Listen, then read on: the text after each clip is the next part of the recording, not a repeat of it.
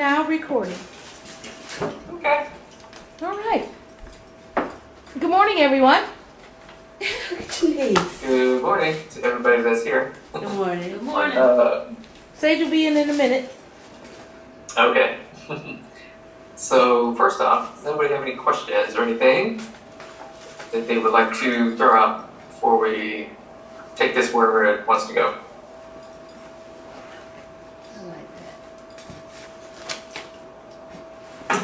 I like Nothing. Okay. that.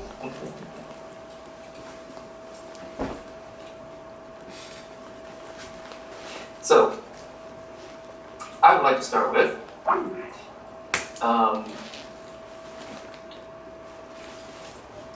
for the letter kills, but the spirit gives life. Say that again, Nick, please. For the letter kills, I'm sorry, sir, you have to go over around there. but the spirit gives life. Good title. The letter kills, but the spirit... And that is 2 Corinthians 3:6. Chapter 3, verse 6.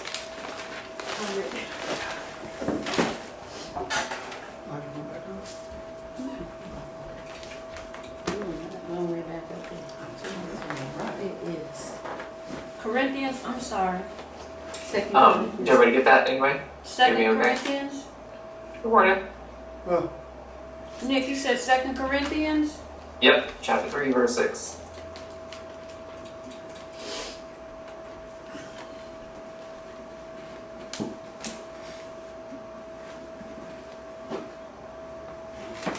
The letter kills, but the spirit gives life, right? Mm-hmm. And I wanted to talk about what that meant. So I think we've probably mentioned that in here before. Maybe mentioned everything in here before. But when you read that, what does it mean? What does it mean to you? What impressions does it generate for you? That if the letter is a hammer or an axe, and that's the way you use it and interpret it, or if it were a knife, and that's the way you use it to slice whatever it is you're aiming or targeting, that it can do a lot of damage, even killing somebody. Yeah? Okay. Yes, in the back. Okay. I think that what it is talking about is the spirit of the scriptures, or the spirit of the law is what brings life. But the actual letter kills, in that the literal translation of it is what kills, as opposed to understanding what's behind the literal translation. What does it kill? It kills the spirit. It kills the desire. Okay. It's like what religion does. It kills your aspirations. Yeah. What kills? So, What kills? What's the title of the letter kills? what that means The is, spirit gives life. not only that the words we speak can have certain effects on other people, which of course they can, but if we read it and interpret it literally, we gain essentially nothing from it. And what that means is, all these things have been written down over thousands of years in all different kinds of books and all different kinds of traditions. They can be interpreted any way you want. You can take from them whatever you want. But if your ability to take from them is based in your ability to read them in an intellectual way, then what you're taking from them is not something that produces or draws life into you.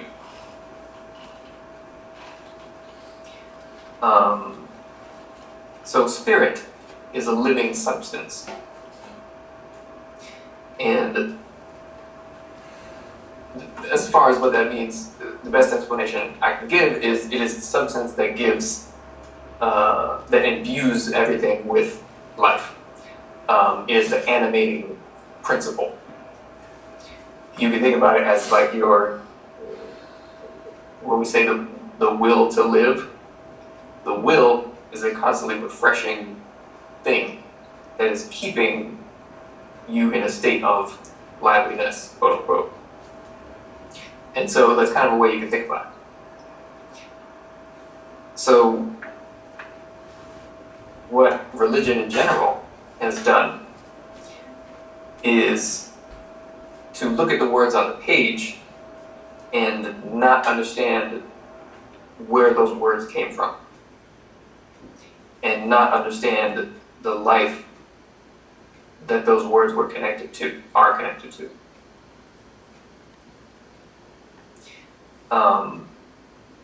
So in order to understand the life that those words are connected to, you have to connect to the living substance in you, or connect to that which is living in you, and that which allows you to continue to display all the things we would normally associate with a living being.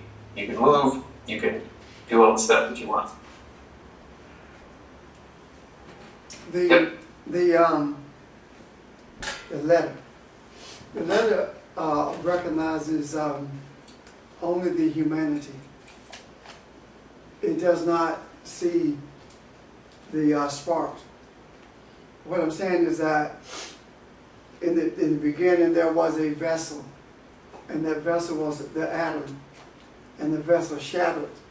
And when it shattered, what we call sparks actually became the actual also individual souls, pieces of that one vessel, parts of that one soul that was in the beginning, for lack of a better explanation. And religion does not look at the fractured vessel. Religion only looks at individual humans, and it does not recognize that the spark, that this body actually is a house for the spark or for the light that was shattered from that vessel. Terminated. Please contact your moderator and verify the time and date of But when we actually understand the essence or the spirit of what is being said, then we begin to elevate the awareness to the point where that's okay. You don't put it. No, we elevate to the point where the actual vessel becomes reunited again. Does that make sense? Yeah.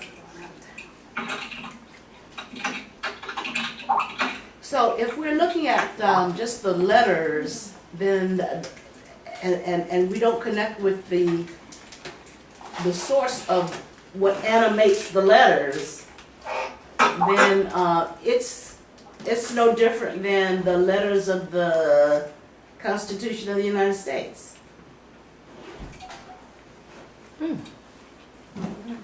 In that we will understand what's written, but not understand the living principle behind it, Yeah. and how that guides things through this experience. Well, an example of that, Nick, is when the Constitution itself, the lack of understanding of it by the people who actually wrote it, of what they were trying to do, shows a sense of total ignorance in that they justified slavery through the Constitution. Yeah. So that in itself killed. So really the letters, if you just look at the letters don't dignify the deity of every individual. That deity is not brought to life in a sense in that individual by me if I keep killing it with words and things like that, and you will never be anything, and more importantly, if the individual believes what I say and is not connected internally in themselves with the substance of all life, or the entity of all life. Right. It's kind of like you can't get to reality, and you can't get to spirit or the creator through reading a book. However, the book, once you have connected to something that is in you, can create a feedback loop between your ability to increase your awareness of self and your connection to the creator, and your understanding of what that book is, if the intention behind that book is to do that. I think one way to look at it, when we talk about the letter, right? The human sees the letters as a method of writing words and sentences and communicating. The human does not see the letters as a source of life.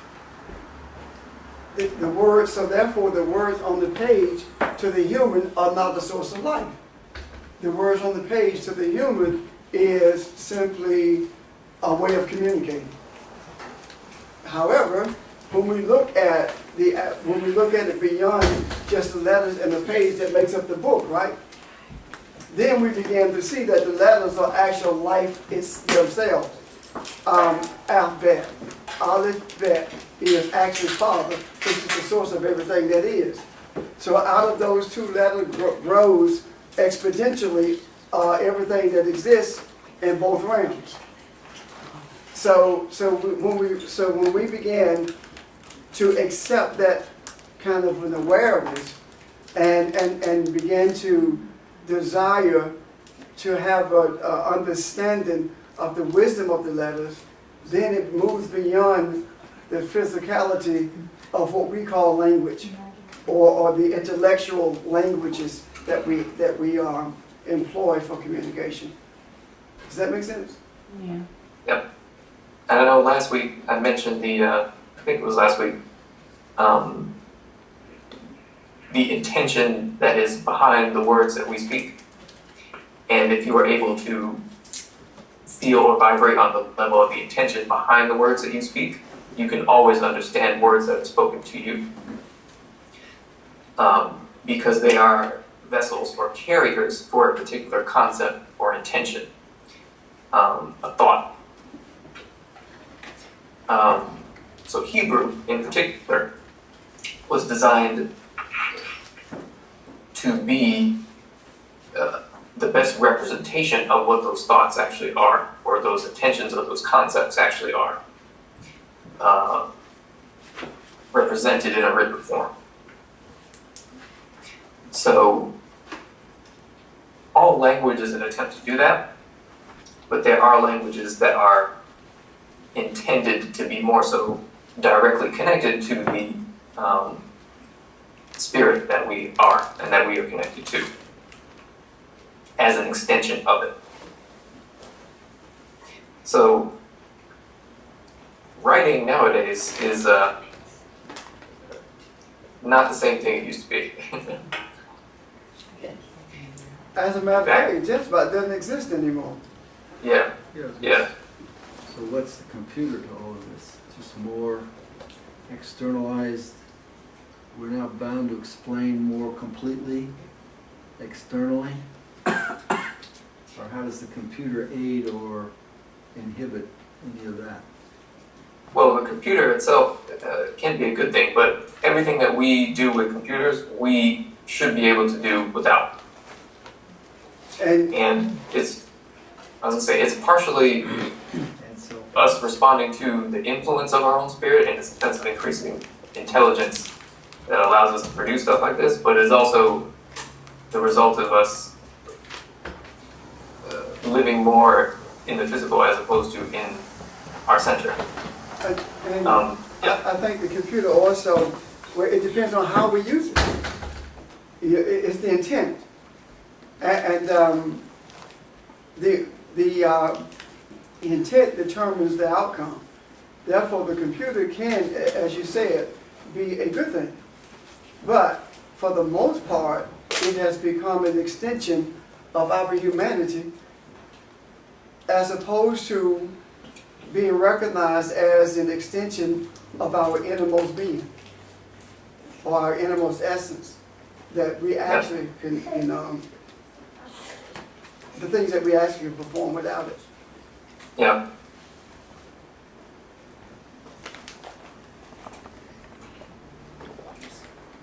So, does that make sense? Oh, Yeah. yeah. Is it? Sorry.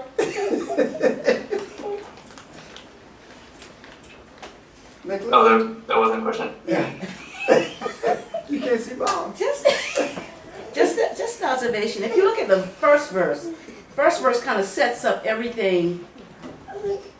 Of course, you know, it's man's breaking it up into verses, but the first verse of 2 Corinthians 3, you know, talks about, you know, I guess, who wrote it? Paul? Paul is saying you want a letter of commendation or something for what you do. You want some external accolade or whatever for what you do. And then he starts talking about the living letter, that we are an epistle. We are a living letter, written in the hearts and known and read among men. And being a living letter, if we allow external things to pump us up, external things to tear us down, we're not that living letter, because that living letter does not change regardless of what humanity sees or calls it. If it's the living letter, it is true, and it can't be changed by 5 or 6 different opinions of who I am or what I am, kind of thing. So he was Right. trying to put it in context a little bit. Right. And regardless of how it's written down, if you yourself are attempting to connect to the reality of what you are, you can essentially decode and break through anything that appears to be confusing in what is written down or in whatever situation.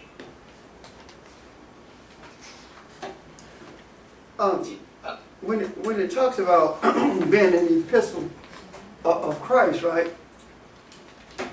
It talks about being the letter or the essence of Messiah.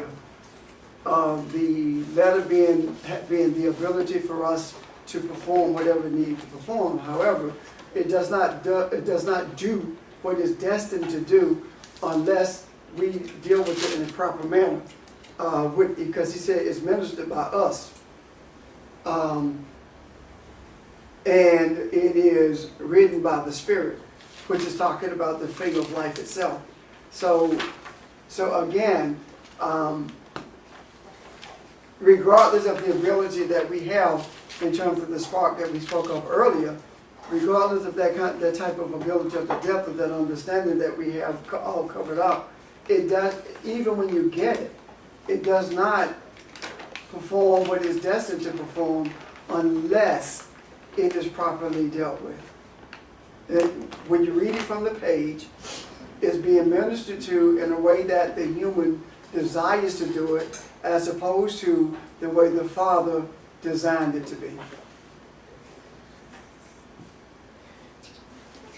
Does that make sense?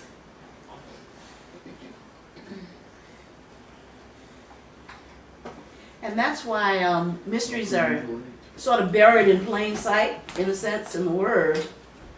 Because, you know, instead of looking within for that answer, we try to attribute from our intellect and interpret it that way.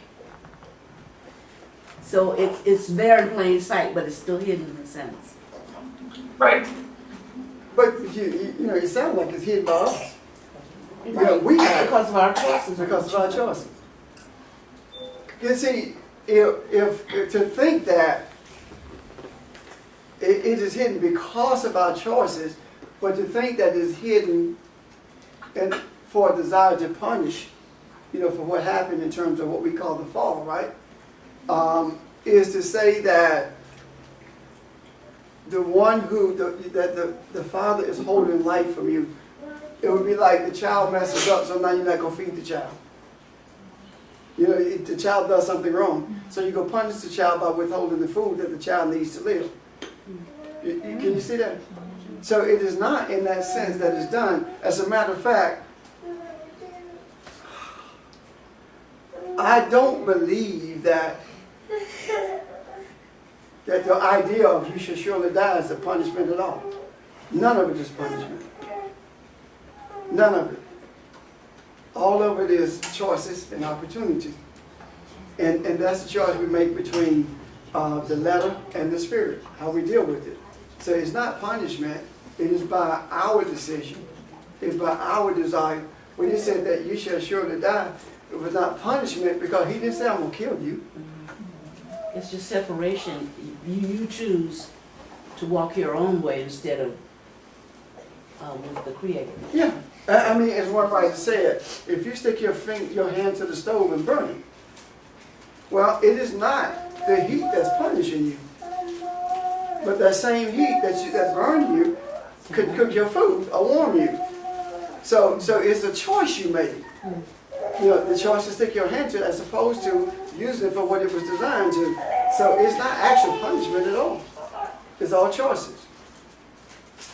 So it's kind of like a statement of fact Yeah, based on a choice you made. right. You shall surely die is a statement of fact based on the choice you made. Exactly. And it's a consequence too, As for a choice. as a result of your choice. And which does not mean that it's punishment at all. As a matter of fact, if we look at the scriptures very carefully, there is no sense of punishment. There's always a sense of guidance. And what we call the hell is based upon the choices that we make. Because we make some hell of a choices. And the hell that we create for ourselves by our choices is not actual punishment, it is actual ignorance. It's actually ignorance because we don't understand the depth of our decisions. Neither do we understand the tremendous abilities that we have or the immense power that's available in that spark that we are. Does that make sense? Mm-hmm. So the dying is living as our own God, being our own God rather than acknowledging the source of all life as all. Correct? And in so doing, we cut ourselves off from the source of life that we are. Right. Okay. So it's still there, so we don't drop dead. Right. Although we do. But effectively, we become less and less human. That's a simple way to put it.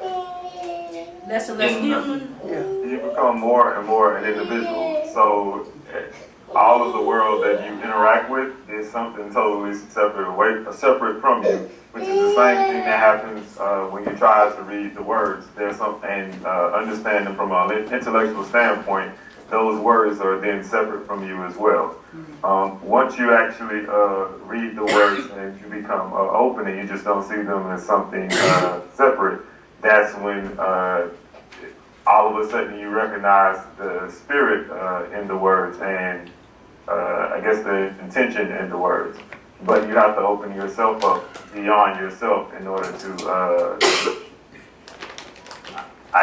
realize that or to understand the deeper meanings of it. And how Pastor Richard was just talking about the heat. It's kind of similar to the same thing in you realizing what the words were meant for. It wasn't necessarily that the words were meant for what we would call good, but you can't understand it because you're looking at it from within yourself.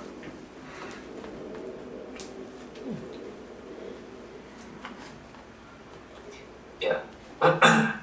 So the words are just describing a natural consequence. What do you mean? Well, I mean, you have free will, right? And the choices that you make have consequences. And the words are just illustrating what those consequences are. Well, I'm going back to the earlier example about you shall surely die. Oh, yep.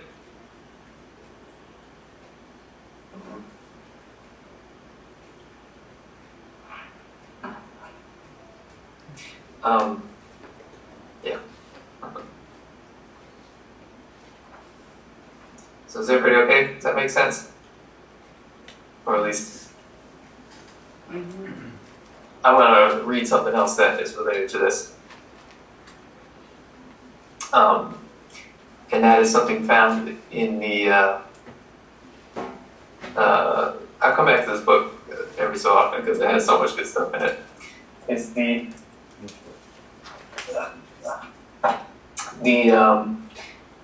this thing.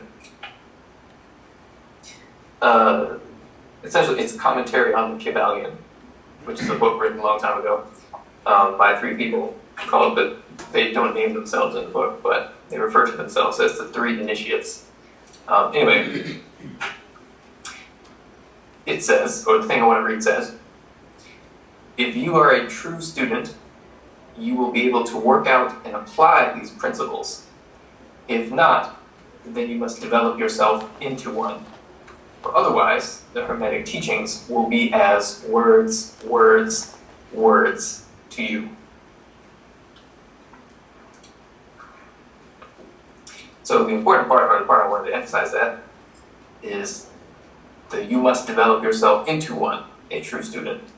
For otherwise, the Hermetic teachings will be as words, words, words to you. And I wanted to read that because that's exactly what we're talking about. You know, just everything you could possibly read will just be a bunch of interesting, maybe crazy sounding concepts. Until you say, all right, forget that stuff. I'm going to observe myself for a little bit. That actually is referencing the birth ego. A couple of things. One, the bite from the apple type, the bite from the fruit thingy, you know, in the garden is actually the intermingling of the consciousness, or the, you know, it's a type of sexual intercourse that mingles light and dark consciousness.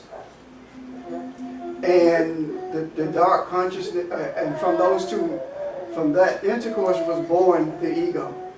And the ego says that I can understand this wisdom without having to be connected to the light, or without being aware of, without recognizing rather, the source of the wisdom that I'm seeking to bring understanding to. Does that make sense? Yes. Mm-hmm. And until you make yourself a student of the light, then there is no understanding of the wisdom of the light. Does that make sense? Yeah. Yep. Now, the stronger the light that is to be revealed, the greater the darkness is that challenges it. So, with an increase in desire for enlightenment, also comes an increase, an exponential increase in the resistance by the darkness, or by chaos itself. It does not give up without a fight, is what I'm trying to say. So what we're actually doing is making every effort to, when Jesus said you are in this world but not of this world, we're making every effort to live in the dimension of Eden, as opposed to living in this dimension of chaos. By virtue of making ourselves a student of the light.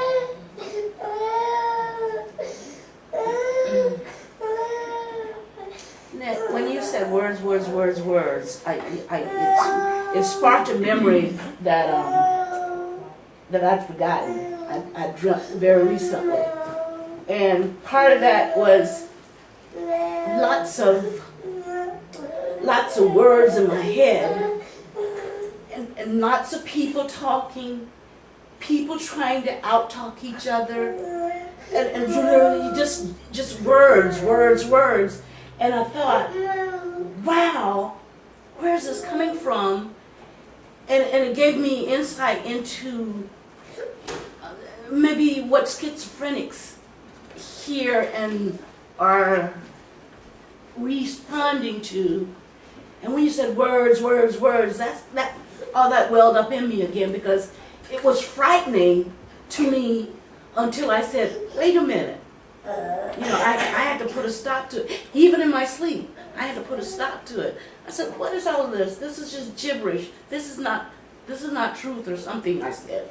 But there are those of us who are not connected to the source, where all of this is still just that. Gibberish, words, words, words.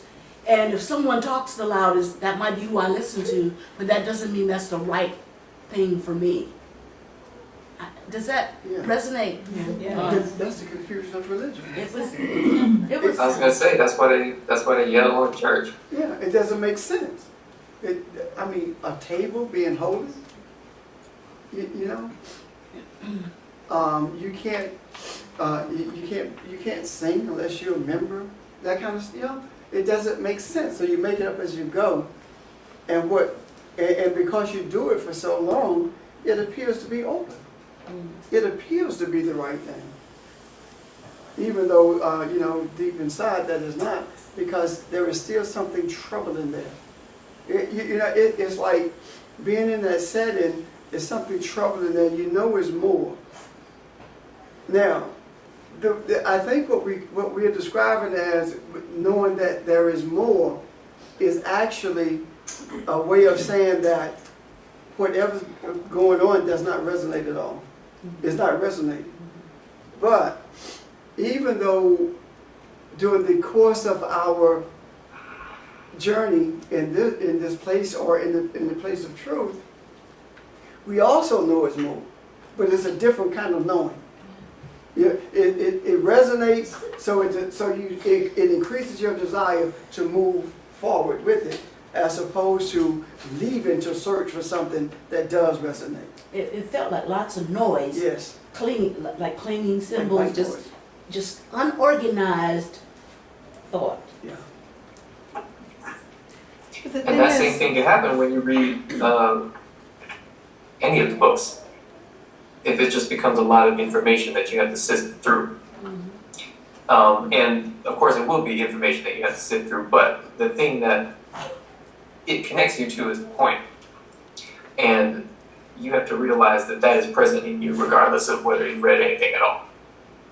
And it's one of the things that helps you do that actually is the way in which the books don't fit with your understanding or your experience of reality. Because that causes you to question both yourself and what's in books. And it causes you to seek for the real thing behind the words, words, words, which is the light and becoming a student of the light. Or realizing the light that is in you, that is what you actually are. And then using that to infuse the words that you read.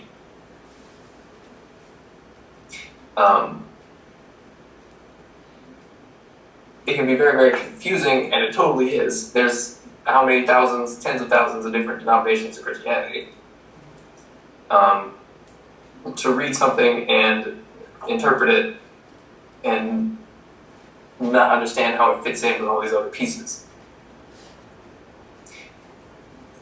And you can do your best to stay ignorant, but if you have a desire to understand, then it's going to create more schizophrenic chaos in your experience until you learn to recognize and connect with the energy flow that is in you, that brings that chaos to balance, brings peace to it.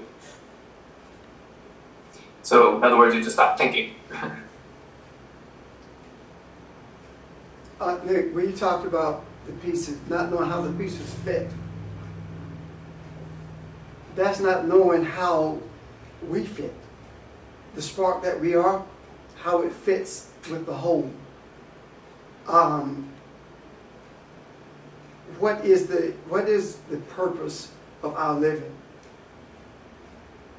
To bring the sparks to a place of unity, so that the Adam, or the vessel, can be elevated to the place where it was before the vessel was shattered, by virtue of becoming one with the serpent, which we call the Satan, or with the negative energy, or however you want to term it. That's what shattered the vessel. And to recognize that we don't know how to sit down and put it together like a puzzle, but the thing that helps us to be able to bring the pieces together is simply a desire for light, or for enlightenment, or a deep desire to be aware of the essence of who we were created to be. That's what that brings the pieces together.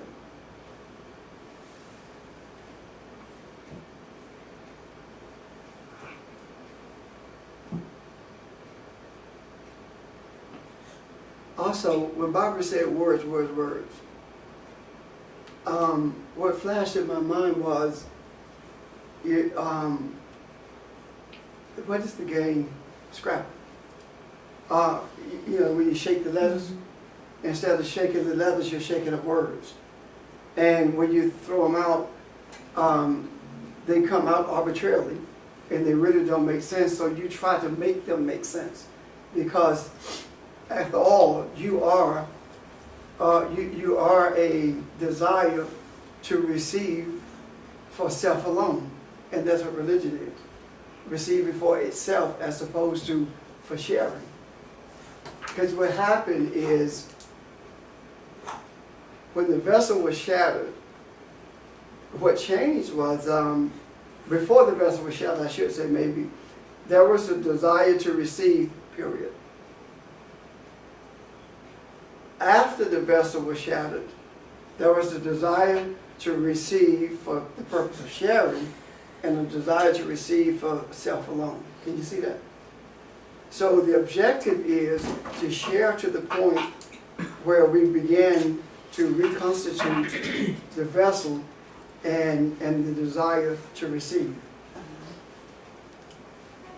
And that cannot happen until there is a desire, until the human begins to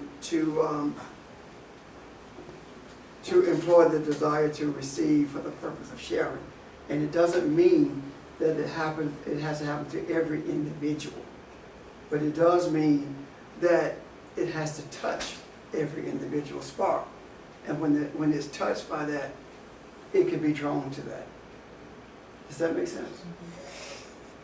And that's probably why we have so many different religions and subdivisions of religions, because there is a spark in each one of them, but it's not recognized.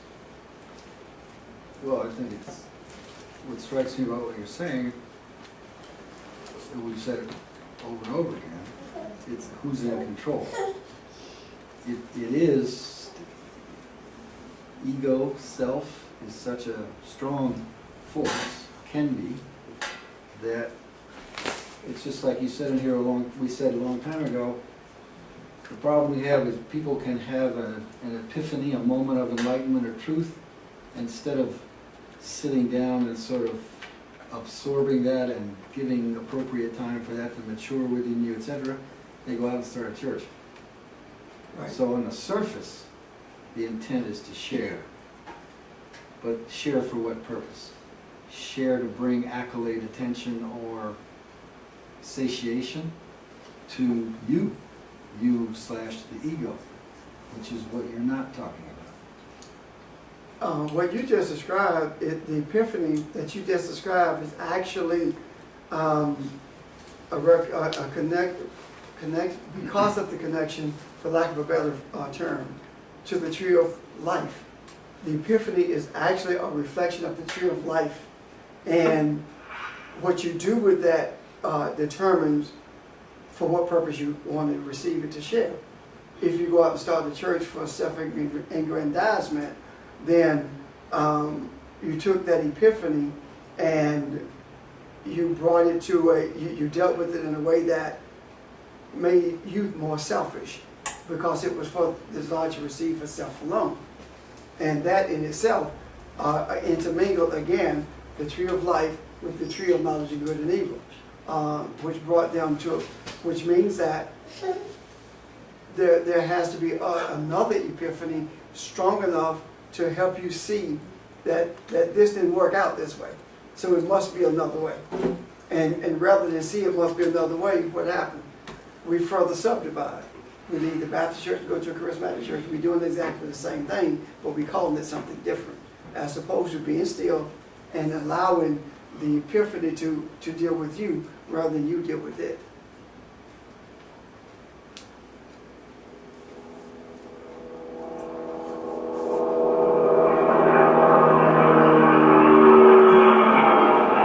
And what I mean by that is, So anyway, this hold on to the tree of life. oh, what? It's either no coercion. So the words that you read are kind of like a trigger for you to, even on a subconscious level, to begin to accept what that epiphany is.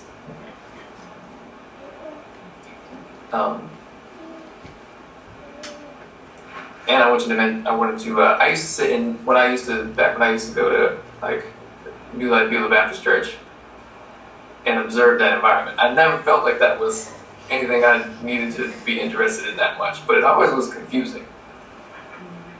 But like, so when somebody would become saved and like start running up and down the aisles and jumping around and stuff, I would be like, so what is going on in that person's head? And partially what it is that when somebody begins to believe in anything like that, and it doesn't have to be specifically Christianity, but when you believe that, well, it depends on the person, but essentially what you're doing is opening yourself up to the possibility of enlightenment through letting go of beliefs that would have otherwise tied you to the physical experience. So when somebody says that I'm saved and believes it and understands whatever they understand about what that connects them to, then that actually is the beginning of something that later gets twisted and turned right back around into whatever religion or the church wants to do with it. So it's at that point that they begin to see behind the words in the way that we've been talking about them. Like, you can say I'm saved, but it doesn't happen until you connect to that source of light in you. And when that does, it begins to shatter the bubble that you've been living in. That actually separates you from the thing that you think you want to be connected to. And that's a good feeling. But yeah. The one thing, and I can only speak for the religion I'm most familiar with. The one thing in Christianity that allows that to happen is, above everything else that's called Christian doctrine, is you must be born again. That's the one thing that confuses everything in Christianity. Because to believe that you must be born again and not know what that means, it further confuses you. But when you realize that that statement is talking about being rebirthed from beginning, it is talking about being rebirthed prior to the shattering of the vessel, prior to what we call the fall. Prior to the intermingling or the intercourse between the Satan and or the serpent and the Adam. Does that make sense? So if that one principle could be properly understood, it would change the course of the whole of Christianity. That one principle.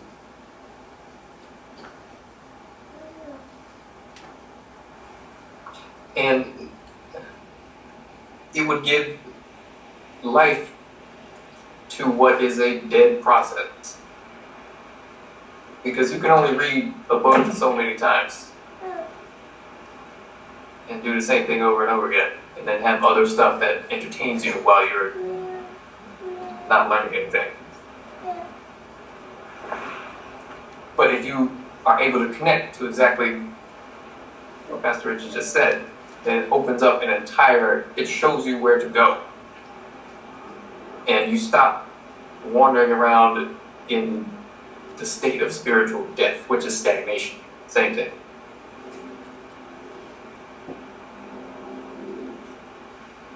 Well, the other thing too is when somebody who is saved and they start shouting or whatever, that's the acceptable way of expressing it, and then that's where you stop. You feel a certain quickening, I think somewhere it says. That's a good word. You feel a certain quickening, you shout, and that's the end of it. As opposed to what we said earlier, let the epiphany deal with you. Yep. As opposed to doing what's expected, and then that's the end of it. But every principle involved is designed to keep the epiphany from dealing with you. Yeah. To make you feel like that's all it is. You don't need to go any further. Yeah, that's all it is just get your shout on. Yeah. Get your praise on, girl. And see, Well, 'cause I once think- that happens, and you get all excited, like you don't even understand completely what, but you are given the language with which to describe it. I've been saved or whatever. But then over time, that doesn't get, you don't draw more of that into you. You don't learn to ingest it and incorporate it into yourself. That was your one time, and now you just have to get whatever you get from singing or whatever. And but the shouting itself actually grew out of the African culture for welcoming the spirits into the village or into the person, which meant that it was supposed to go further than just a shout. But when the shout was incorporated into Christianity, then it just ended with that. And that was one of the reasons there were, outside of the churches, praise houses that the slaves frequent before going into a church service, be it Sunday morning, Wednesday, whenever they went. They would always go to the praise house first. And that's where they got their quote-unquote shout on, or invited the spirits into them. And maybe, just maybe, that's why they became so forgiving. I don't know.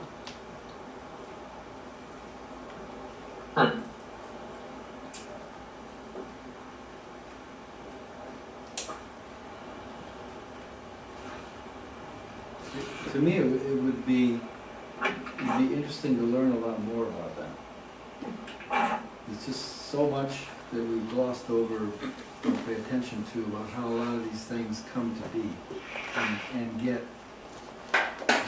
diverted or whatever you want. So the only thing we know to do with them is discount them. And yet, all of these things, the reason I guess they work so much is because I think they were fundamentally a truth that just got sort of controlled, manipulated, and changed.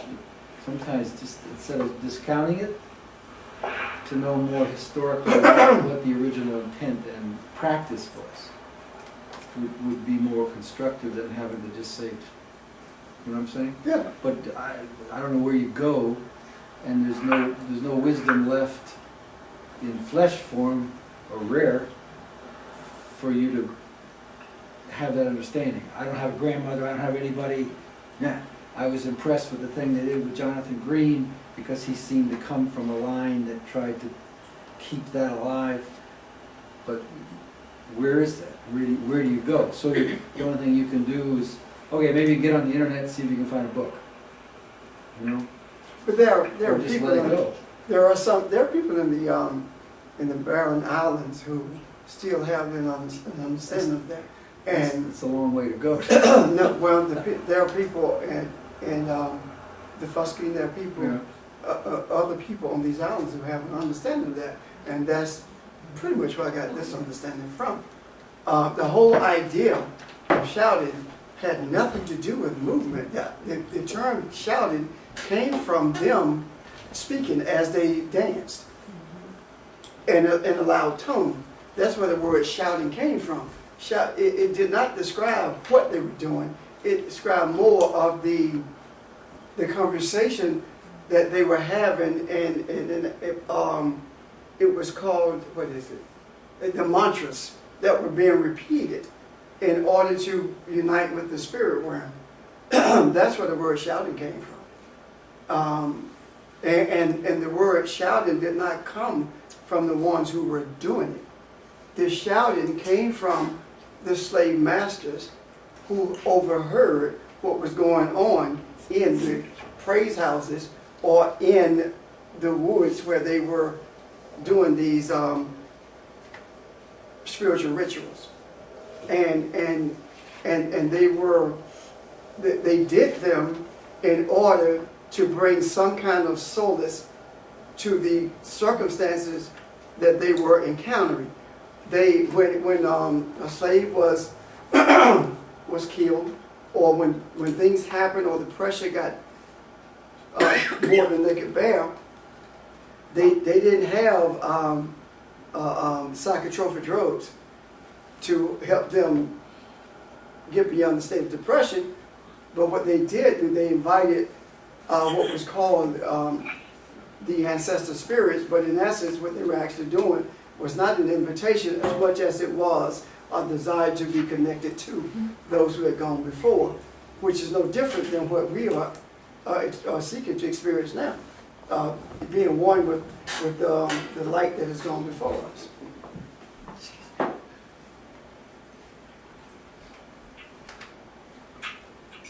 I was going to add that's also where clapping comes from. Yeah. To get the spirit's attention. Yeah.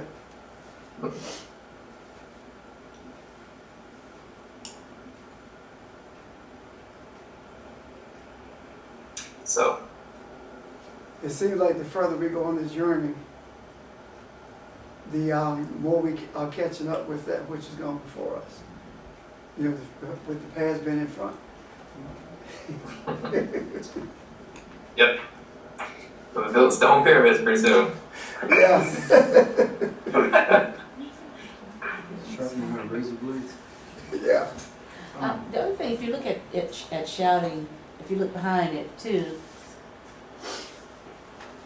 we are also, we as humans, we try to control ourselves. You know, we use our ego to stay in control. Don't lose control. You have to stay in control. Well, this was an opportunity to shatter the ego in a sense, to get beyond that. I mean, when you're shouting and whatever you're doing, if I'm looking on, I think you're out of control. But if it's an opportunity to, it's a catharsis in a sense to shatter the. I think about the Kleepart, the shell around who I really am, and that's when I touch divinity in me in a sense. When I'm not thinking about what I'm doing, when I'm not trying to put barriers around it. That's when the very ritual that you employ becomes a resonator for the thing you want it to connect you to. But it has to be somewhere in your attention that that is what you're doing. And that's exactly what was there. And so many people, as we've said, have that catharsis and have that connection and have that quote unquote freedom, and then words are used to put boundaries around it and to describe it for you, and you're right, you go back into that shell because those words literally killed that which was birthing, in a sense. Exactly. So earlier we read about the idea of prayer not resonating with the light with the Creator, the light, the source of all life, as long as we see ourselves as victims. So maybe in those praise houses, there was no sense of being a victim of anything. And the reason we devolved into a place where it seems as though we get no answers from the other side is because we began to build a house of victimhood. And when you build a house of victimhood, what happens is you don't realize that the one to whom, don't turn that on, please. Thank you. Okay. I started to ask, I'm sorry. That's okay, baby. I'm just, the one to whom you are praying is yourself. And if it's you to whom you are praying, then the one thing, then the thing that we miss when we're in the house of victimhood is that you are praying for yourself, but you're also telling yourself you're a victim. I'm stuck in this, and I want to be out of it, but I can't get out of it. It's like me saying, the reason I can't move to the table to eat is because Barbara said I can't do it. Now, I'm a victim of what she believes about me. So if Barbara says I can't do it, I want to eat, but at the same time, I am frozen because I believe that I can't do it. So it's like battling against yourself, as opposed to being one with self, thus becoming one with the source of light. You understand what I'm trying to say? So we have to, so just maybe that's what all of this is teaching us. Not so much of what we see in here, but what we're discussing about the rituals of the praise house, the rituals of shouting and their origin, the idea of the clapping and their origin. Those things are saying to us, you move beyond where you are when you cease to see yourself as a victim. Whether it be a victim based on racism, a victim on your job, a victim in your home, a victim in your family, it does not matter. Victimhood is victimhood. You have to move beyond that. So I think that's what we began to see. You know how you pray and you don't seem to get any answers whatsoever, and then you say, well, it doesn't even matter. And then all of a sudden you get answers. Mm-hmm. What you have done when you say it doesn't matter, it's connected to what the desire is. And you don't see yourself as a victim anymore, because if you were to see yourself as a victim at that point, then it still matters. You see? So when it doesn't matter anymore, you're no longer a victim. It is what it is, so let me see the light of the whole thing. Let me see, show me the picture regardless of what I have to go through. And it goes all the way back to something that was said earlier, that the stronger the light that's available, the greater the darkness that challenges it.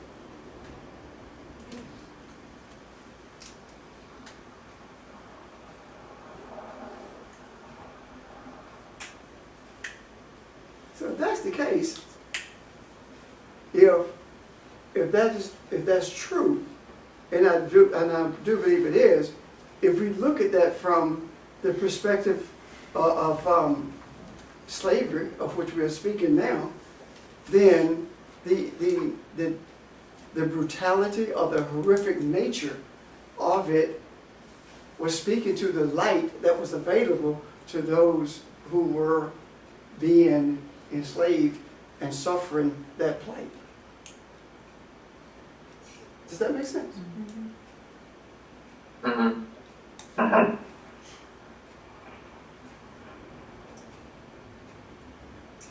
So then, All of it is change your attitude towards it. You'll change what you get from it. Yeah, because the only thing that you just described, Pastor Richard, when you were talking about when you let it go and you say, okay, I'm not going to be concerned about it, you're removing that invisible wall that you have placed there. That's all you're doing. so then when we have challenges in our life and things seem to be very dark for us, then we need to change our focus and understand that it's coming against that amount of light that's in us too. And so then we make a decision and a choice about what we do. Whether we're going to let that darkness continue to influence us directly, or whether we're going to say, hey, it doesn't matter. It is what it is, and I know what's in me, and I'm moving on anyway. So is that the same thing as us moving away from it, Away from what?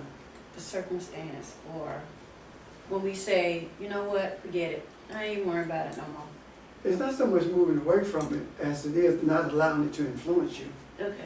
See, one of the things I think we miss is that when each spark that lives in the body, each spark, dependent upon the attitude, burst, greed, anger, all those negative energy things that flow from the ego.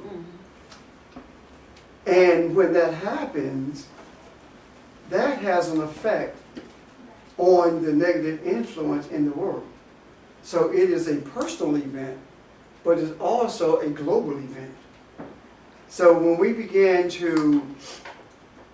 we cease rather to see ourselves as victims and fight against something, as Sheldon said, removing that invisible wall, once that invisible wall is removed, it allows the light to flow. But as long as we battle with that, and that evil inclination is there, or that unright inclination is there, it attracts more negative energy. In turn, you put out more negative energy. And we say it all the time. If we get into an argument, what did we talk about? It escalates. You see, as long as you challenge it, it escalates. But the moment that you step away from it, or the moment that you say, you know what, I'm done with this, it doesn't escalate anymore. It begins to subside. But I like what you said before. You said that, show me the whole picture. Right now, I'm seeing only right here. I'm only seeing what I perceive as darkness and challenges and mountains. Show me the whole picture. And beyond the mountains and beyond the darkness, if we see the bigger picture, then we can understand why the darkness is there, why the mountain is there, what's gonna happen in us that makes it better for us having gone through. Whether it's a reaffirmation of knowing who we are or whatever. But there will be positive that comes out of that builds and enhances the genuine us. So I like that, what you said about show me the bigger picture. And that means the darkness and light. Right. But also, those walls or those circumstances, or whatever you want to call them, are also necessary. And the reason why they're necessary is because they're necessary for you to realize who you are. Every single time, it allows you, or it forces you to see the reality of your I'm just using adjectives, your power, your might, whatever you want to call it, but it makes you see who you are. And so, yeah, they definitely have a purpose there when you talk about getting to the bigger picture. That alludes probably to what the scripture talks about. You think yourself to be more than what you really are. When we are self-exalted, then that thickens the wall between the chaos and the light. It makes it more difficult because we are so self-absorbed until we cannot see the bigger picture. We're so self-absorbed until we cannot see those who are in our midst. We only see those in our midst for the purposes of showing them how superior we are to them. That's because I see myself as the big picture, You're right. which is a selfish perspective. Let me say that I heard something last night. I heard Jay-Z say something last night, and it resonated with me. He said, when I go to perform, I really don't think about it. But when I get on the stage, I draw all the energy from those in front of me. And I give back to them what comes out of me. Now, that seems to be just a statement, but that's a very powerful statement. And I wonder, I just wonder how many of us understand that the energy is drawn and given back in a different form. That's what creates a fan base. Can you say that one more time? What's drawn and given back? The energy. Once he said Energy. that the energy is drawn, he draws the energy and then he gives it back in a different form. Well, he said he gives it back, but it goes back in a different form. And I said that that's what develops a fan base, because it's familiar energy. I see. Okay. Does that make sense? Yes. Yeah. So if that is unripe energy, and the unripe energy is being sent back, then the unripeness of their attitude doesn't change. So we feel like the vulgarity of our language is okay. We feel like the diminishing of respect for the female or for personhood, period, is okay. We feel like we can't think unless we're drunk or high. You know, you see, we feel like that's okay, when in actuality, our thought processes and it's much more than that, are far beyond anything that we could ever dream of as a human.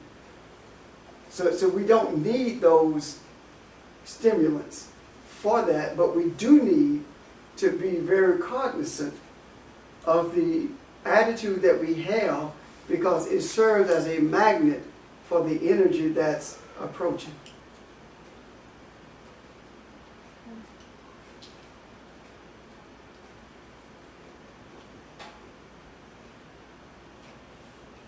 My question was, the second part of that scripture that you're talking about also talks about not thinking of yourself less than who you are too.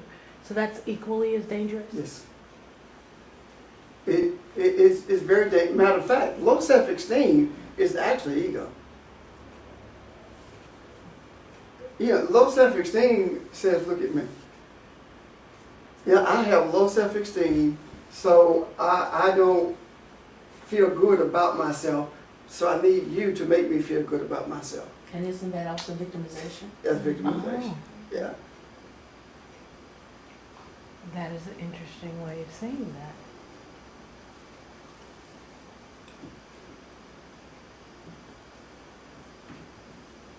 But guess what? If that's what you're saying, if I have low self-esteem, if I believe that, and I need Rika to make me feel good about myself, she's my God. My desire is to be created in the image that she desires me to be created in, as opposed to being aware of who I am and accepting it.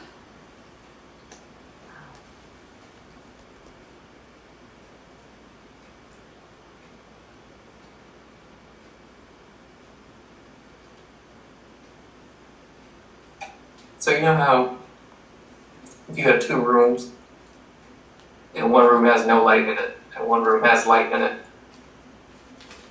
and you poke holes through the walls, the darkness doesn't flood into the room with the light in it, it goes the other way,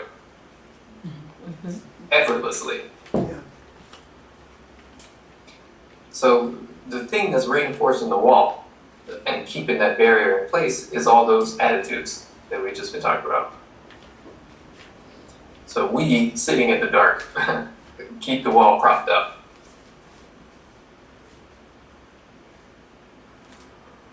Low self-esteem, fear, all that stuff is actually there so that we can stay out of the light.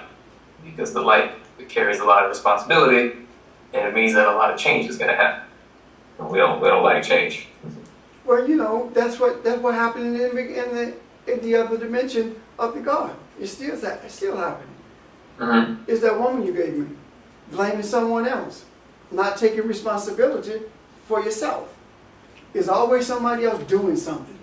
It's somebody on the job who said this or did this, as opposed to taking responsibility for your response to that or your reaction to that. I would not have said what I said if you had not done or said what you said. You made me do it. You made, yeah. That's the same thing as saying the devil or the adversary made me do that. You chose to do that. Because of this is the thing. It is your ego. The thing that we call the Satan is your ego. That's the child of light and darkness, ego. So you choose to subjugate your ego or elevate it. It's up to you. And the subjugation of the ego punches holes in the wall that Nick just spoke of. But the elevation of the ego plugs those holes up again. But it's like this whole issue of the man knocks the woman down and says, see, look what you made me do. And then the woman actually believing, I'm sorry, I didn't mean to make you do that to me, kind of thing. You know, how crazy is that? But then, Crazy. how insane is the whole picture? You know? I think all of us are insane, to be honest with you. Moving to a place of sanity, hopefully.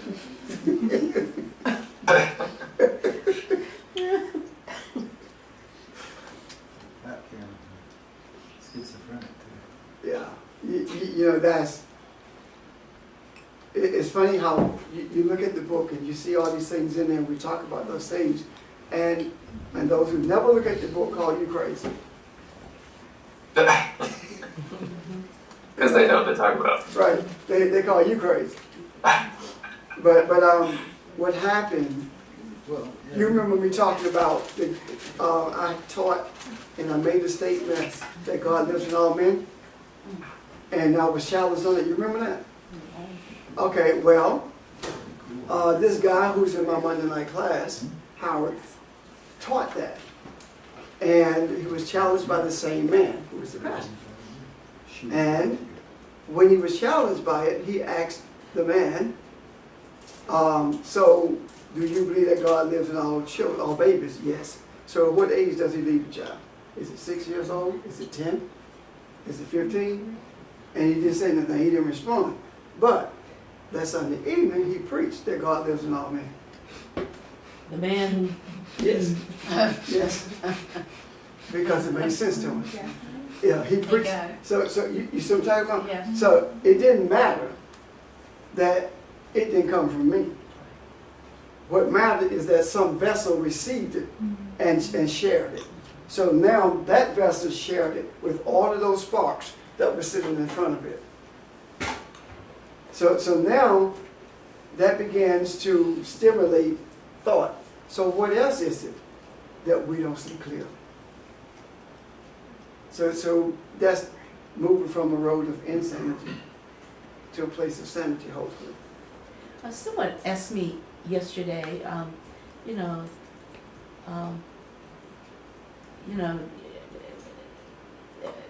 you all have a big congregation? I said, no.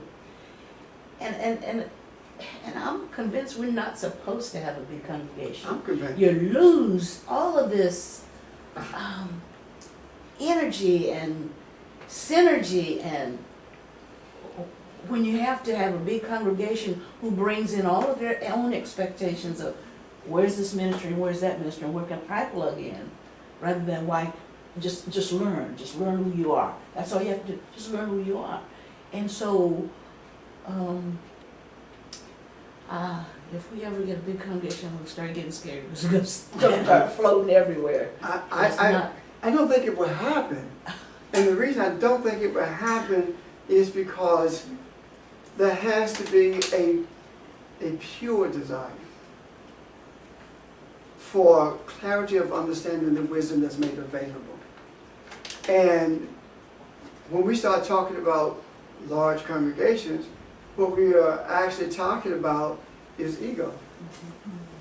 The more people I have, the more popular I am. And I would tell you from experience, for this area, not for other places, but for the area in the upstate, I had a fairly large congregation. And that was the most hell I ever had to deal with in my life. I had more hell because everybody thinks that they know. And no matter what you say, what did Jesus say? I thought you called on the main line. Telling them what you want. Yeah. But what happens is when you buy into that same energy that I was talking about earlier with JD begins to dominate. So that has to be a strengthening before that can be an influx. In other words, you got to do 2 a days. You got to have your body has to get in shape before you can play the game. And I don't call this a game by any means, but I'm making a metaphor with basketball, track, football, whatever. Your body has to be in shape first. So if your body has to be in shape before you are able to perform properly, this body has to be in shape before it can perform properly. And once it performs properly, it won't necessarily be a large congregation in terms of an influx, but it would be a large congregation in terms of a diffusion of energy into places, crooks and net where it needs to be, based upon the sharing. You see what I'm talking about? As opposed to, you don't have to sit here to get this. That's what I'm saying. It's the sharing that takes place. And the other thing is that we understand our purpose. And our purpose and what we do affects all of mankind. It doesn't matter what church or what congregation, how many members. That's it. Which is I don't think the average person can fathom. They can. That a group can. We'll get you in a second, Mr. Ramil, unless you're just stretching or something. No, I'm not stretching. I remember, like,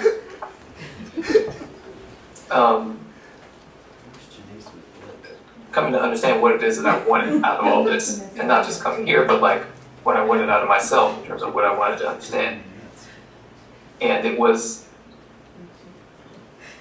I don't want to deceive myself, I don't want to delude myself, I don't want stuff, I don't want anything other than what the essence of what this is. Because anything else is a lie. And that's the attitude that I brought to my study of this stuff. And that attitude is very, I think it's pretty rare. And even if we open this up to everybody, the size of our group would control itself without us having to do anything. I believe, based on the stuff we talk about. It's doing it anyway. Yeah. Look at all the people we've been through. It always has. Yeah, it's doing it. So, yeah, I mean, Barb, I can't imagine. I think we would regroup ourselves just instinctively, because that's why we're here in the first place. And the other thing I don't know how to fit it together, but I was thinking, you were talking about Jay-Z and a football stadium full of people or whatever. That's the one thing that's always been, okay, years ago, I had the good fortune, to hear Roberta Flack sing in Mr. Henry's Upstairs of Capitol Hill in Washington DC, before she made her first album. Yep. Okay? And then she made her first album, and it didn't quite capture everything, but hearing her live in a small setting was so personal, and there was such a shared communication. Actually, she could get away with telling people to be quiet. She was singing, and they would shut up. But then she went to big stadiums, and I think the kind of song that she sang, and listening to it on the album, which is all I could do at that stage, and I wasn't going to go to the big stadium to see her, changed it. So there's still that mega church kind of thing, communicating but still in that big setting versus that smaller. You can't duplicate the intimacy, to me. I mean, that's why I would think most real artists want to do live performances for the connection, to know what that audience wants and that, but also would, unless they're just prevented by their profession, the way it's structured, would want to go back every once in a while and do the small intimate thing. And she did that. But I mean, I don't know how to quite tie that together to what we're talking about, but it's, Oh, to you me, can, that's with the- that's the root of the whole. I understood her better because of that, hearing her sing that way, so then I could sort of hear her sing in the bigger settings. You know what I'm trying to say? As opposed to maybe only having heard somebody in a big football stadium. And I think exactly the same thing. All my life I felt that way spiritually.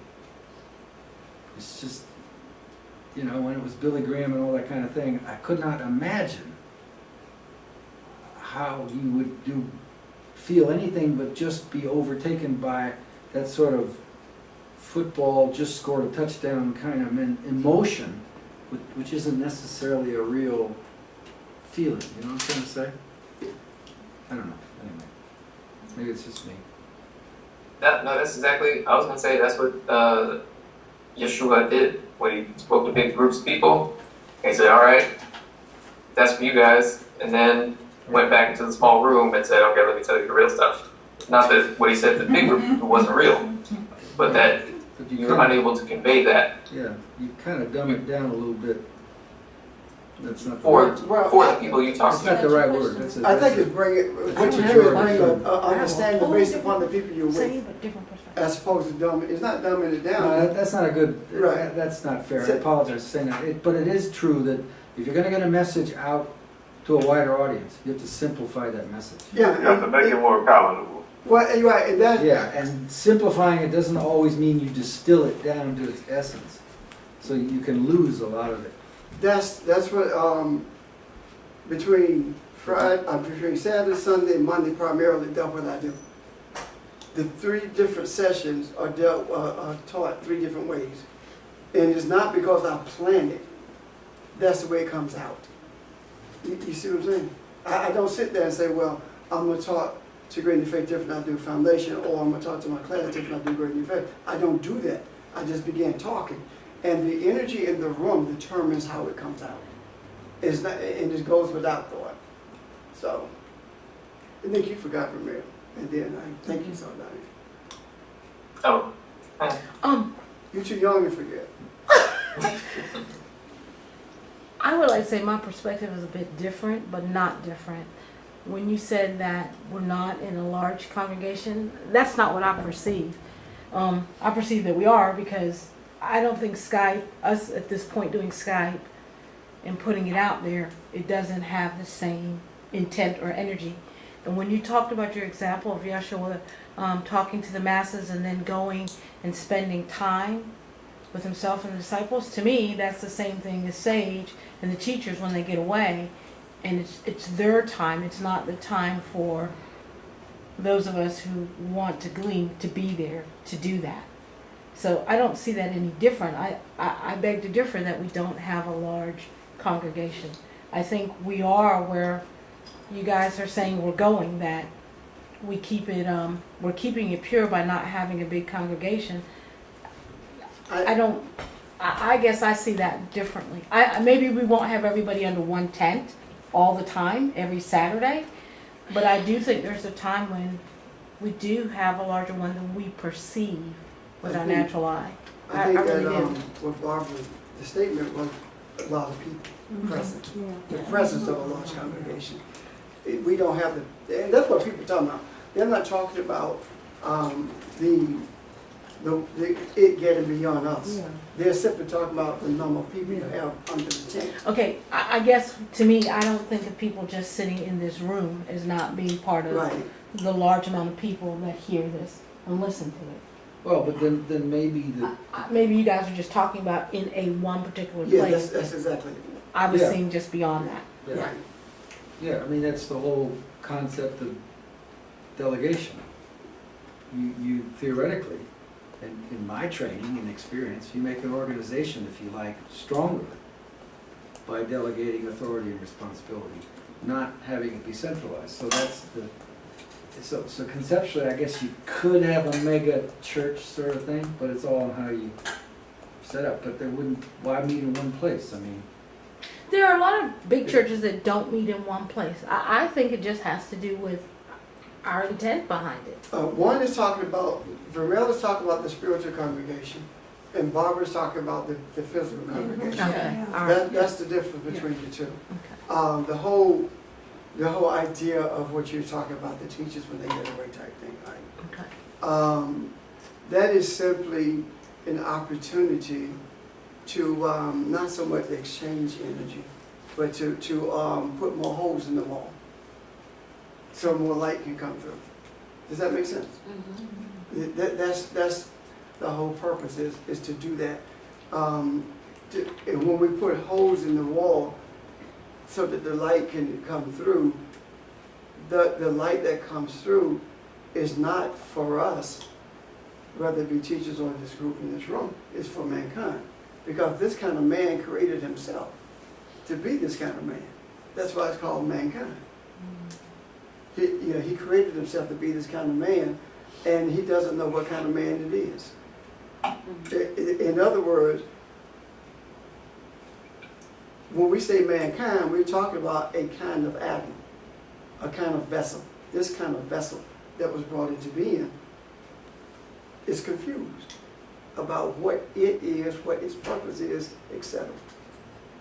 So when the more light that flows, the more reflection the man does, or the vessel does, in order to be one with that light, because that light is familiar to it. I think it was Diane. Okay, Rika. With the more intimate, the smaller setting, what Mr. Richard was speaking on, even if the individual that's covering is doing as God had him to do, it seems like it wouldn't matter the amount of people unless you're in the masses. It shouldn't matter the amount of people that you have. That feeling that I have now, I can pick up the phone and call my pastor, home or on cell, should still be there, even should we grow another 100 or 200 within the next month or two. You know what I'm saying? It's about, I feel like you as an individual has taken the time to get to know us on a personal level. And even if we grow even more, it's going to still be that way. I think it's about the individual. Okay. I don't have to try to contact you through a secretary. Let me address that. I think that it was never meant to be a large swarm of people from the beginning. Now, I'm not talking about the foundation, operating faith. I'm talking about the initiates. Were never intended to be the masses, because a little leaven leavens the whole loaf. And a match in the stadium is recognized. You can see it regardless of how large it is. The light. So in this vast world of darkness, there are sparks coming together to form a flame, so that the darkness can be burned away. So I do believe that if we look at history, and that's all we have to look at, we will begin to see that there was always, and I don't like the term, I don't know what else to call it, an inner circle or a small band of people who came together to seek clarity. Even when you look at the apostles going, they went from house to house, small bands of people. So I think that from a spiritual perspective, what happens is it does not matter truly, but there is a greater opportunity for ego to become involved. And there is a greater possibility for a diluting of the essence that you bring to the table when you're in the group. Now, as far as getting to know people, right, that has been me from the first congregation, which probably was like maybe 150, 200, to a congregation of 500. I knew every family there, every person in there, knew about them, and still in contact with them. You see what I'm saying? I believe that the energy from all of that, I need it. Regardless of how the first one appeared to be a tremendously bad experience, it taught me humility. And the next larger one taught me that the ego has to be subjugated as opposed to allowing others to soothe that ego, to massage the ego. And that's exactly what was happening. My ego was being massaged. And the moment I said number 1 anniversaries, in other words, do not massage my ego anymore because I'm not with that. That's when the trouble started. You see what I'm saying? So it's a lot easier to do it this way, and I believe that it was designed this way for that purpose. When Bessie made that call to me to come to her house, to teach, she had no idea. Neither did I. Neither did anybody else have any idea what the Creator was doing. Nobody knew. You remember Bonanza with the little spark in the center of the map that burns out with it? The call was that little center of that map. And since then, it began. Yeah. So. Okay. Now I have clarity on it, because you get to say what you get to say. Because it's going back to what she was saying, and that small intimacy. I thought back to that very first setting that we had in Bessie's house. And then after that, I would begin to question and pursue, and it was the clarity that foundation is not formed on the process to be like a regular church. We were never formed that way, even though the original of us coming together was thinking that, and how you came into our lives. It was never formed like that. The intimacy part, when you were explaining about the fan base, and then Richard said he said, I got to watch an interview and listen to India.Arie talk about her new albums. And I got to watch the intimate little live studio performance that she did.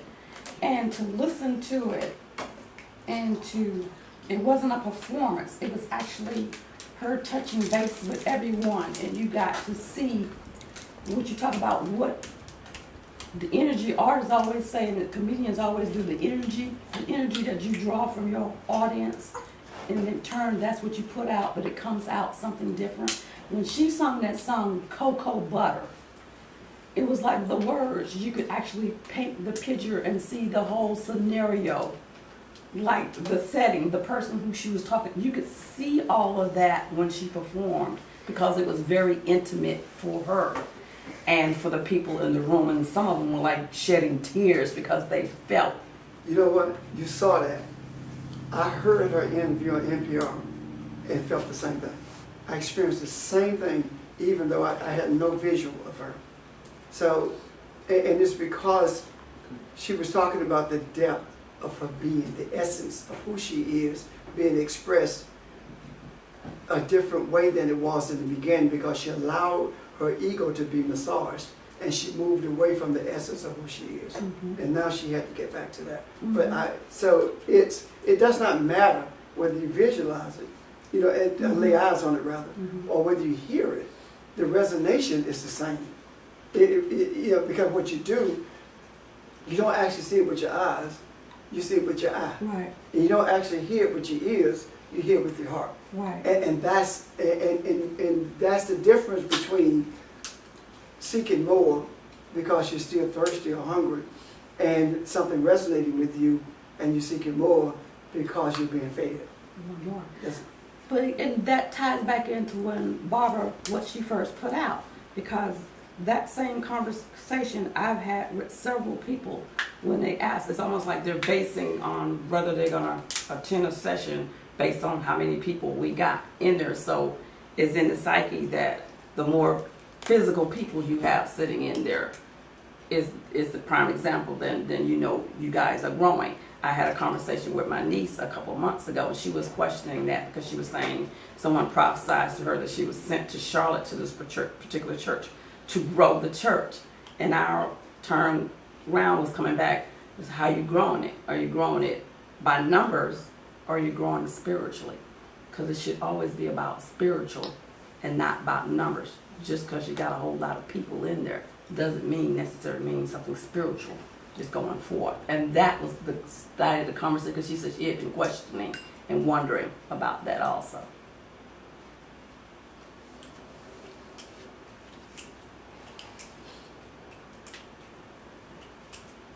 Is Sharon frozen? I needed you to move. So let's take that same example of the intimacy and apply it to sort of what we started talking about with words and writing. When you, in most cases anyway, when we type at a computer, the experience itself is much less intimate with the self that is generating those words than it is if you're physically putting them down on a page. So back in ancient times when people used to write, it was an extension of the life that was in them. And their intent was to put that on the page so that you could resonate with that. So when you hear a song or something, that you can hear it and you can resonate with the essence that it's being sung from. That's the same thing that is intended in the writings as they were originally written.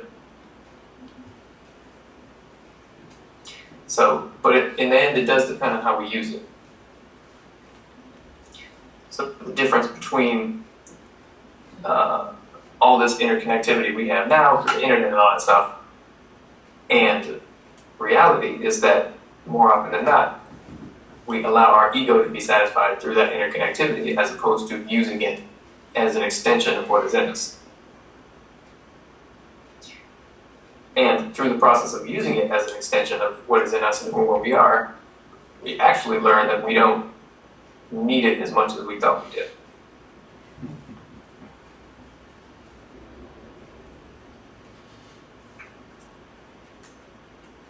I thought that was just a sign of old age. And speaking of words, we always say the word universe, but the word universe is unit verse. One verse.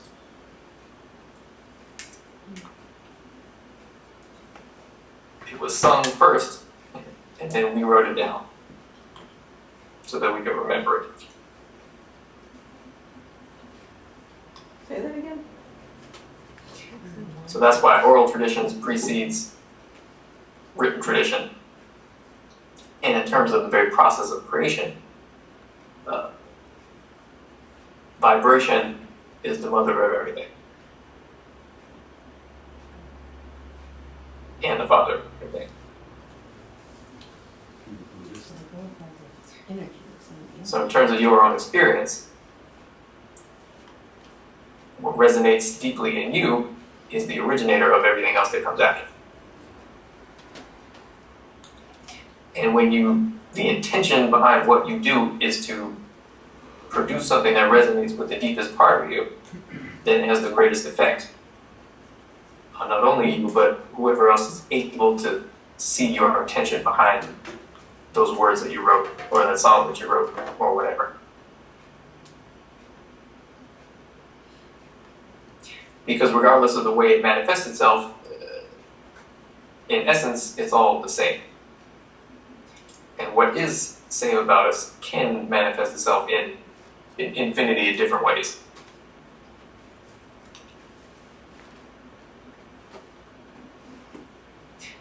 But the essence and the process by which you connect to that essence is the same.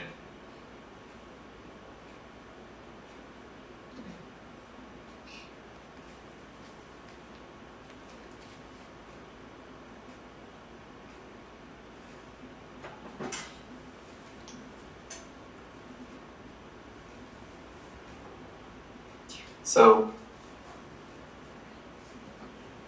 speaking of smaller congregations, that's why if you begin to study books and stuff, the most powerful books have the least amount of words and letters in them.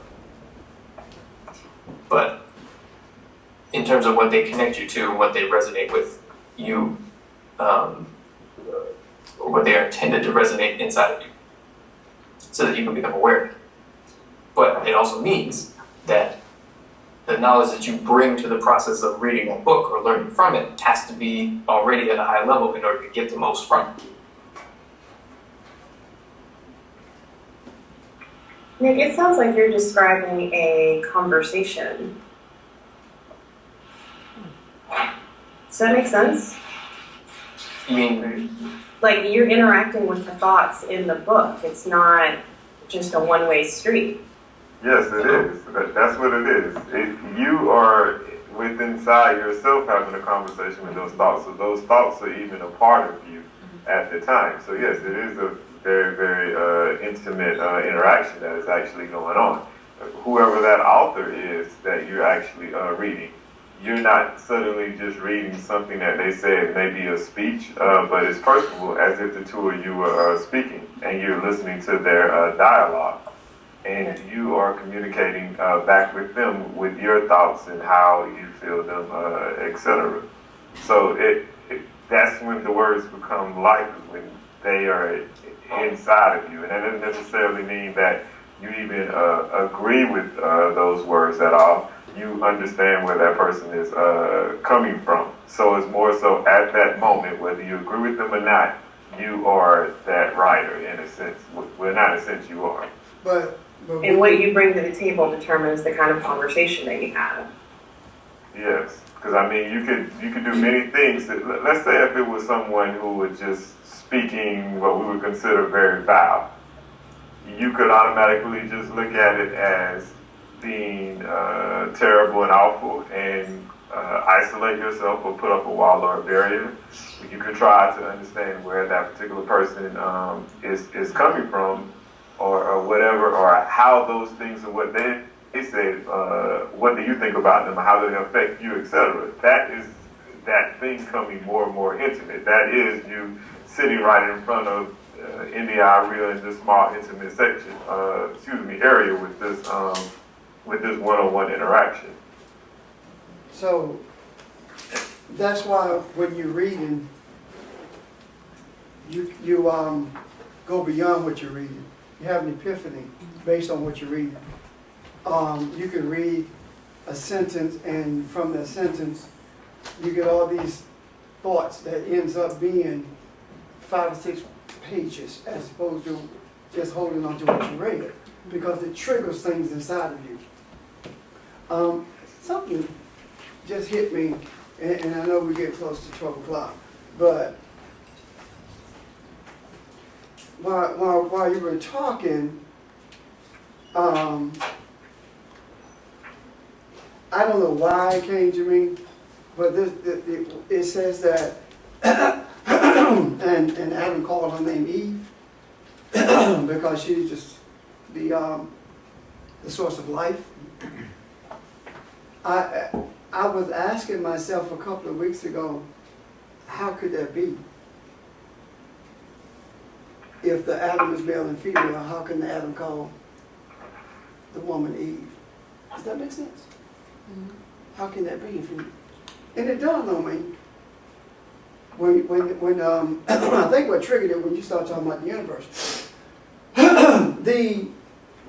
What Adam actually did, the vessel, the Adam, named his womb or spoke what his womb was going to be. His womb was going to be the source of all life. Can you see that? Or its womb, I should say, would be the source of all life, as opposed to that being an Adam and an Eve in terms of separate. Does that make sense? Can you see that? So once he made that application of that, there was no separating. There was no, there was no change in that to something else. I don't know why that came to me just now. Well, because the womb is the woman is the womb of the Adam, of the consciousness of the Adam. The consciousness called Adam. Or super consciousness called Adam. Words. Work it out. Words. Work it out. Work it out. So.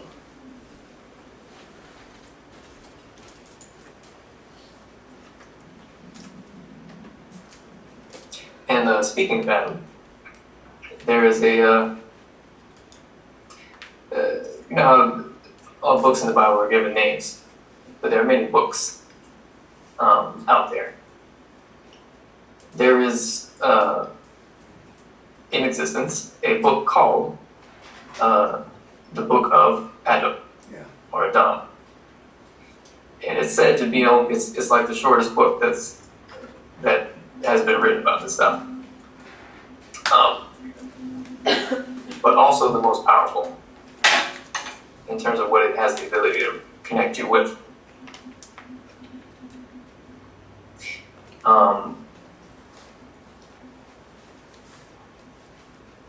The truth is, we are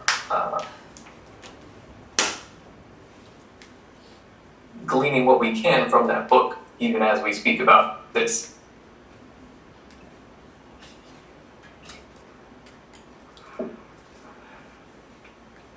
And I just wanted to throw that out there. But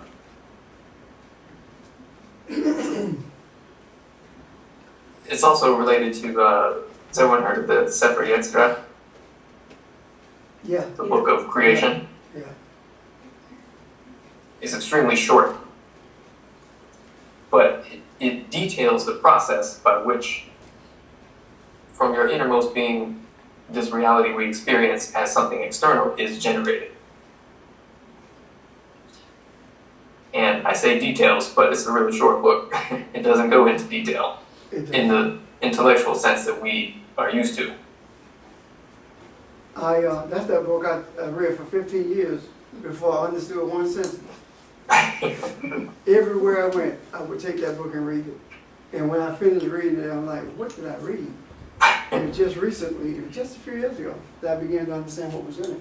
And I think it was purposeful. But I know it was. Now you read it.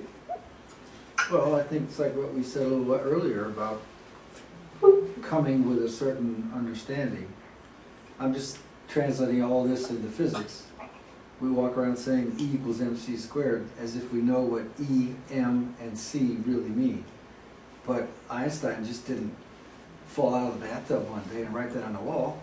And if you look at how you develop those formulas, people fill bulletin boards, right? And then distill it down too.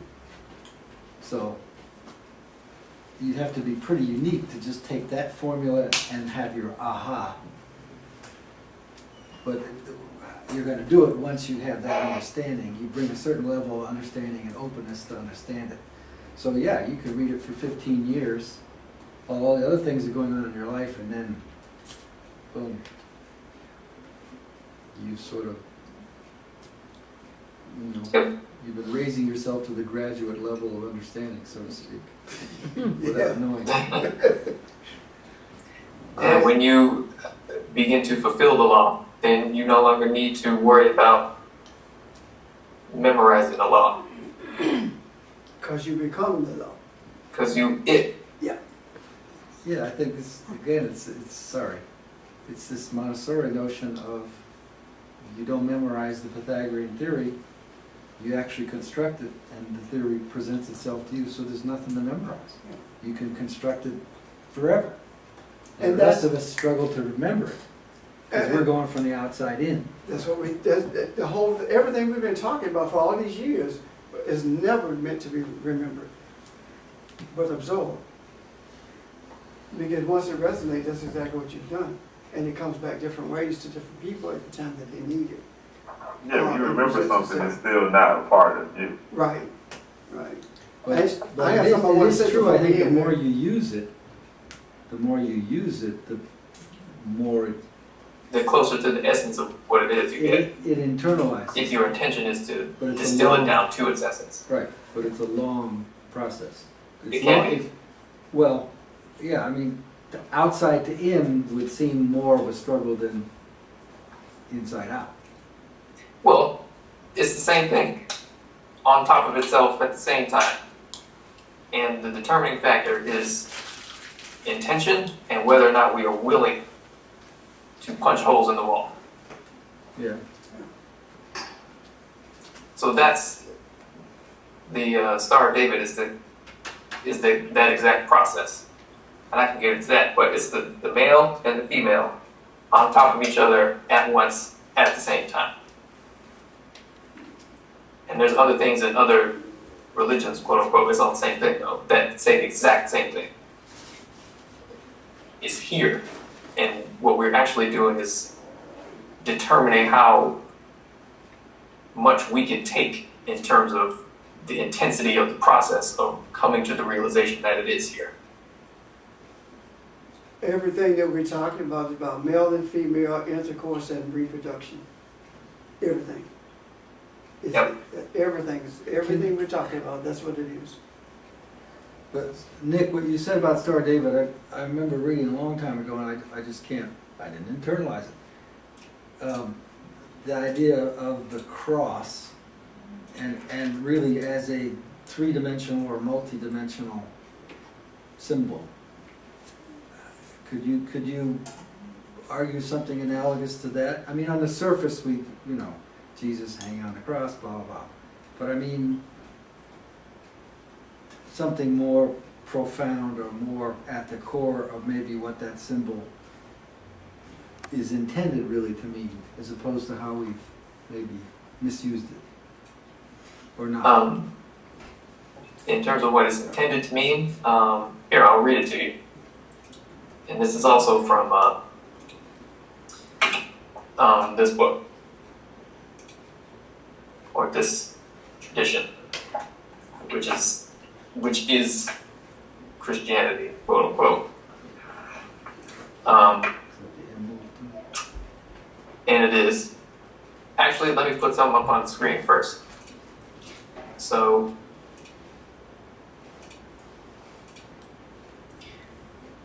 this is the, and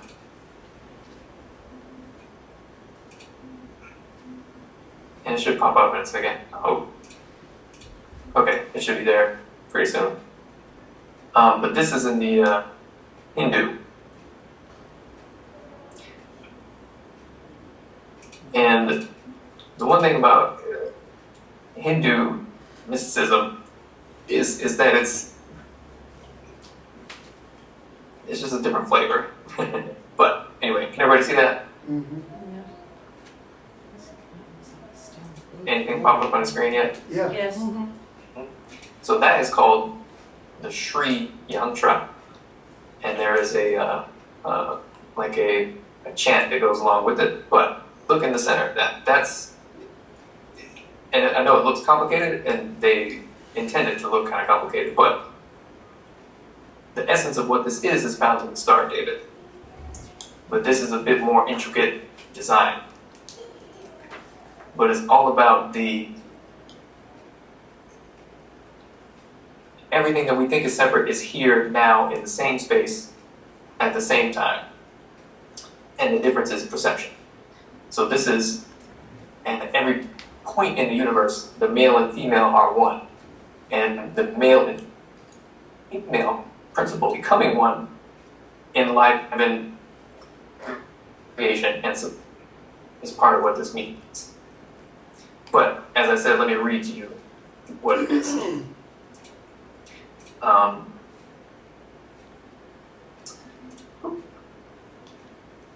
So I'll read this. If you can see that, don't worry about trying to read it. It's probably too small.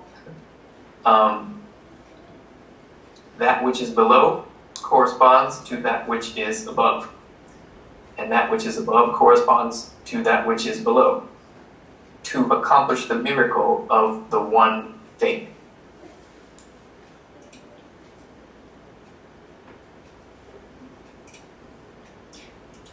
So we can read it again. That which is below corresponds to that which is above, and that which is above corresponds to that which is below, to accomplish the miracle of the one thing.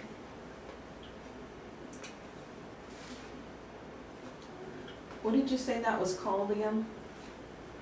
The Sri Yantra. SRI space YANTRA. And it's in the movie, I like the movie's pretty good. The movie called The Last Mimsy. Has anyone heard of that? It's based off a children's book. If you get a chance to watch that movie, The Last Mimsy.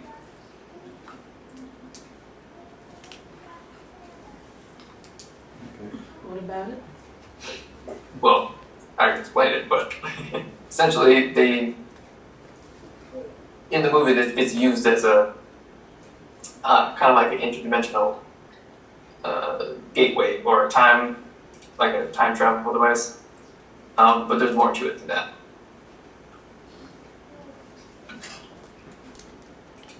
But the meaning behind that is the reason it can be used for that anyway. When we think of, and this is kind of a little bit different topic, but when we think of time and we think of distance, those are qualities of this perception.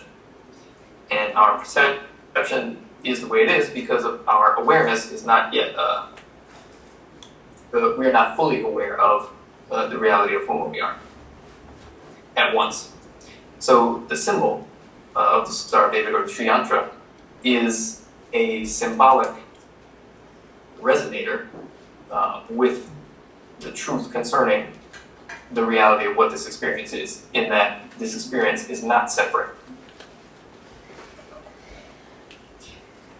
So when you resonate with it, or with the intention behind its creation,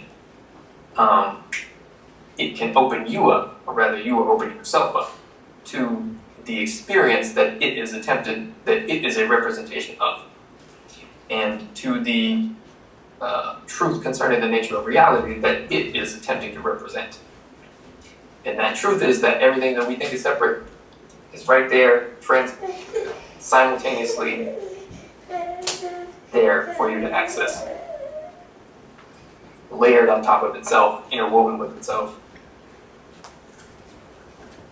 is here.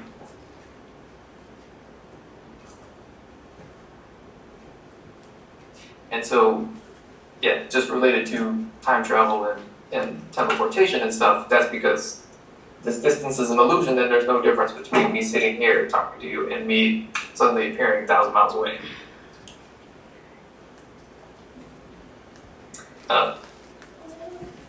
That's what we were talking about the other week. We were talking about the Edgar Cayce thing. The Native Americans leaving, but the body was there, still performing the same things, but they were gone someplace else in terms of the spirit. So, again, it seems as though we are pulling in different cultures, and they are what we call archaic beliefs, which are actually the reality of who we're supposed to be, which means also we are decreasing the space between our illusion here and the ones who've gone on before us, in terms of the energy that the energy trail, I should say, maybe, that they've left. It seems as though we're traveling in that energy trail, which decreases time itself. I mean, the space rather. I don't think, as I said, the time is slowing down. I'm speeding up. I just think that the space is expanding. I mean, the space is shrinking, rather, between things, and that causes time to appear to be speeding up. But before we leave, I need to speak before anybody else leaves. I need to speak concerning next week. Okay. Okay. Next week we will not be here. It's the 10th, and we're going to. The teachers will be having a session in Gaffney at Great New Faith, and we're going to talk about racism. We're going to punch holes in the wall of racism. George, Nick, and Sheldon will be Skyping. Everyone is invited to be there. Bring your questions written, and we will address them as we talk, and probably will address them anyway. But everyone is invited to be there to attend this session that we're going to do. I'm hoping that you will be there, because I know that each one of you have some question or some sense of confusion about this whole idea of racism that is now in your face as a result of the Trayvon Martin thing. No one knew that this thing would resonate as deeply as it has and open up opportunities for the idea of racism to be brought to the forefront and be dealt with from a different perspective than what it was dealt with in the past. This is not a political issue. This is a spiritual issue that must be dealt with from a spiritual perspective. And that's what we're going to do. Is it going to be on Saturday in Gaffney It's or going on to be Sunday? on Saturday, On the Saturday. 10th at 10 o'clock. On Saturday, the 10th at 10 o'clock. And you are welcome to be there. Welcome, welcome, welcome. And make sure you tell Bess, because I don't want to come. And anyone else in the foundation who you think of, make sure that they know, okay? Got it? Yes. Okay.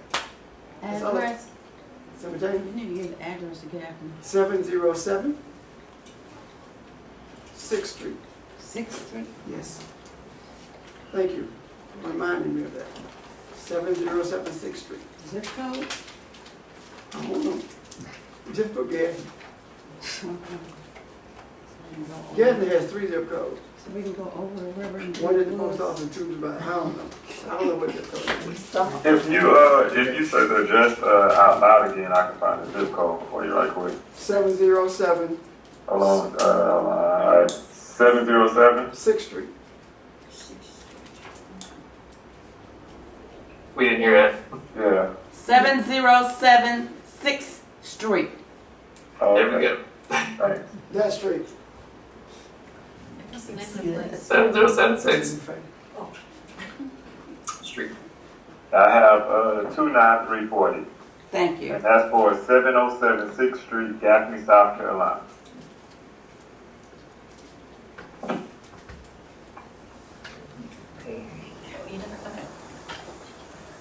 Okay?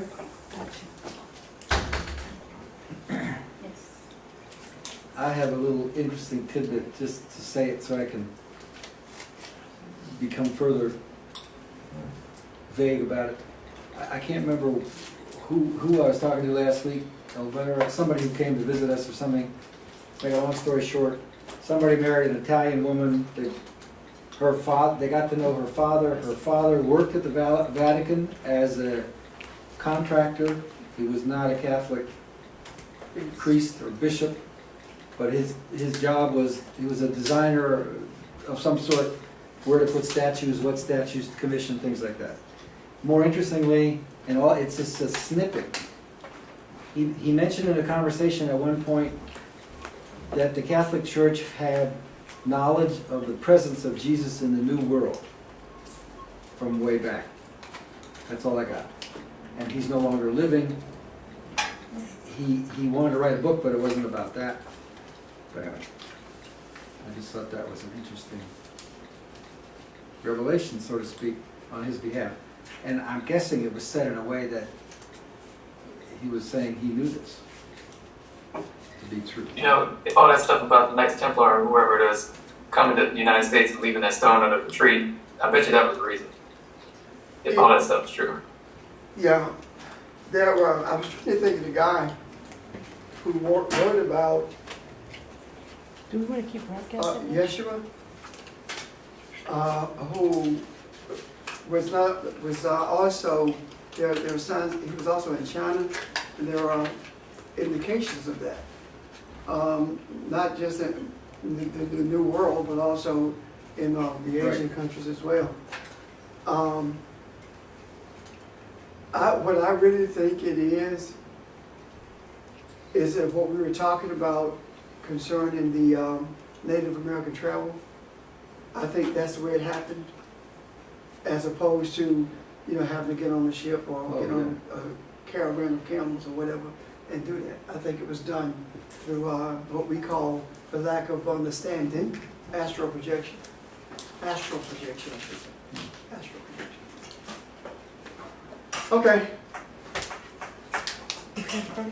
You don't think he got on a boat?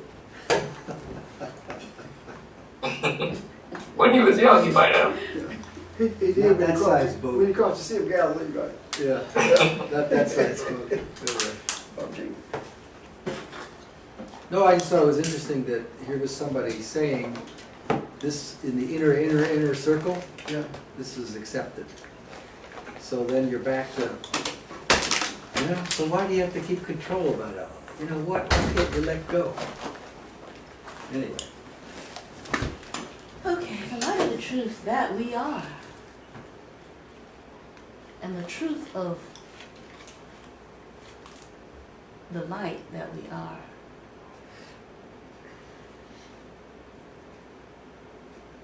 shows us that we are living epistles of the source of our life, known and read by mankind. Amen. Amen.